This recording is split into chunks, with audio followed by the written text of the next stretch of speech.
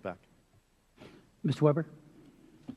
Mr. Malia, you are the Deputy Assistant Secretary of State for the Bureau of Democracy and Human Rights and Labor. Is that right?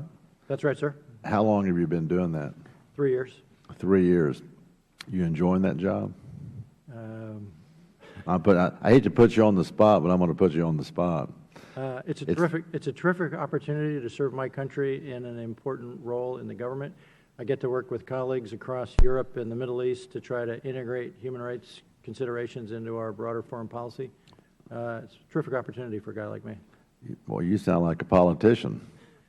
See what you run. Well, watch your career and see what you run for next. So you were there on August the 21st, 2012. Your 3 years would have predated that, according to the Associated Press release, when President Obama said that if chemical weapons were used in Syria, that was a red line that would be crossed, and the United States would take action. Do you recollect that?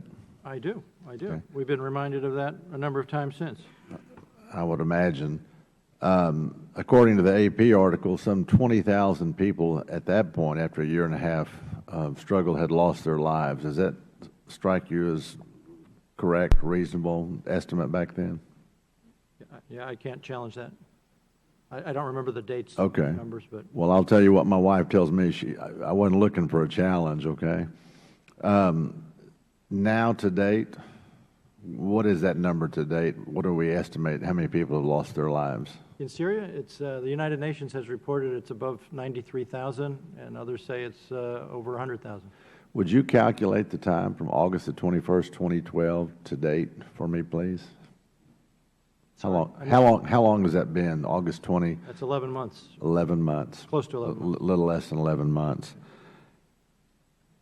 You made the comment that you wish you could promise we would be 100% successful in only sending weapons to the quote, most high-minded in earlier testimony here today. How do you decide who's the most high-minded?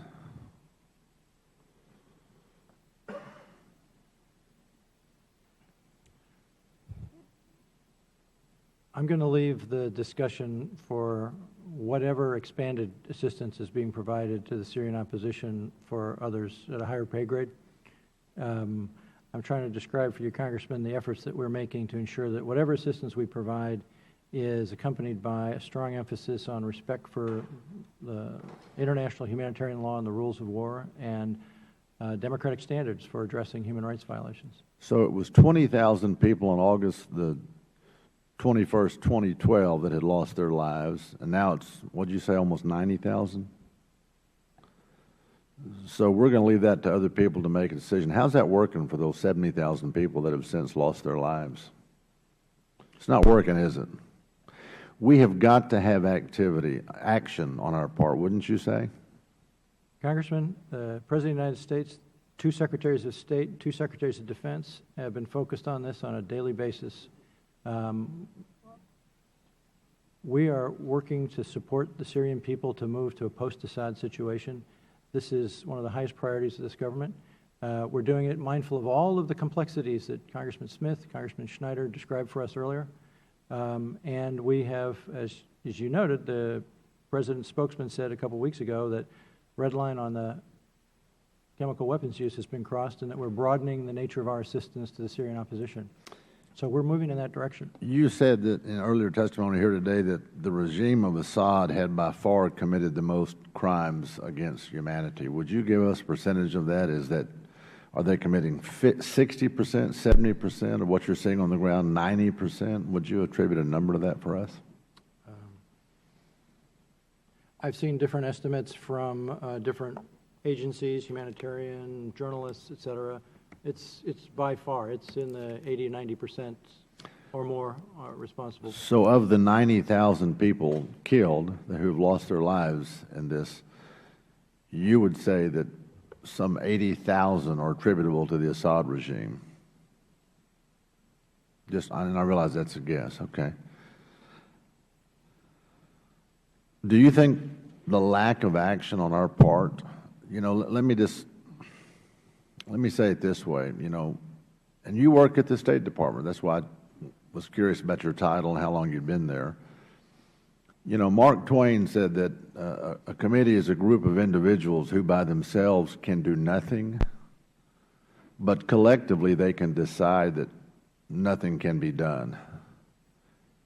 And my fear is that we've got a situation where we go over there, and I'm not attacking you personally, but we look at what's going on and we make all these grandiose observations and these declarations that would be a red line crossed. And then we decide that nothing can be done. And we sit back and we wait. And more people lose their lives. Is that what's going on in the State Department?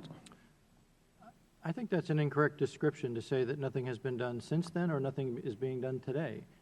We're providing close to $1 billion worth of assistance to Syrians, displaced persons, and refugees in neighboring countries. We're providing a range of assistance. I described just some of it in terms of political advisory assistance to the political opposition at a national level and to local councils around the country in the liberated areas. We are providing support for their efforts to rebuild and sustain the infrastructure of Syria in the liberated areas. To say that nothing is being done, I think, is just not accurate. So then it's your contention here today that, based on your earlier comments, you want to vet 100%, well, you can't guarantee 100%, but you want to vet people who are the highest minded, and you want to get involved and you want to help, but yet that's how you do that, how you decide who's the highest minded is above your pay grade. Whose pay grade is that? Well, we have a number of professionals in the government that we do this all the time on different kinds of assistance programs.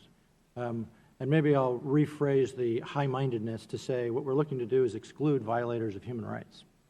We're looking to make sure that our assistance, again, consistent with the comments and questions from your colleagues, don't inadvertently go to people that are going to commit human rights violations with our assistance. We are there to strengthen those people that are committed to building a democratic, rights-respecting Syria. Do we have a good track record in doing that? I think if you look around the world, I think we've often been able to help people do the right thing and strengthen institutions of For example, Libya, Iraq, Afghanistan. Let me change gears a little bit on you. When the President makes a statement that chemical weapons, the use of chemical weapons is a red line that's crossed, will be a game changer. In fact, he said, let me quote from the article here, the President noted that he had an order, that's an issue that doesn't just concern Syria. It concerns our close allies in the region, including Israel. It concerns us. Obama said, underscoring that the U.S. wouldn't accept the threat of weapons of mass destruction from Syrian President Bashar Assad's government, rebels fighting the government, or militant groups aiding either side. AP quoted him, "We cannot have a situation where chemical or biological weapons are falling into the hands of the wrong people." Article went on to say that the President noted that he hadn't ordered any armed U.S. intervention yet, but said, quote, "We have communicated in no uncertain terms with every player in the region that that's a red line for us, and there would be enormous consequences if we start seeing movement on the chemical weapons front or the use of chemical weapons. That would change my calculations significantly," he said, end quote, August 21st, 2012. And yet 70,000 more people have died. Are we losing credibility in the world? No. In fact, this administration has reestablished American credibility in quite a remarkable way. So I think that to say that... That's why Russia and China have sent back, what's-his-face? That's why they extradited him to our country?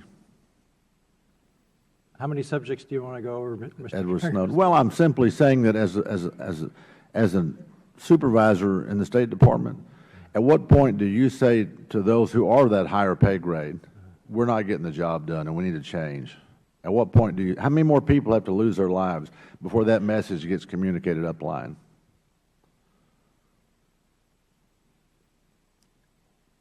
You quoted the President. The President's spokesman followed up on that in his, Ben Rhodes, in the statement he made 2 weeks ago on Thursday.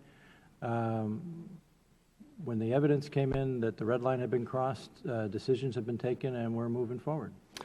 Well, then, Mr. Chairman, I'm going to yield back, but I have a suggestion for a future hearing. Maybe we get people with a higher pay grade in here to testify and answer those questions as to what it takes to get to that.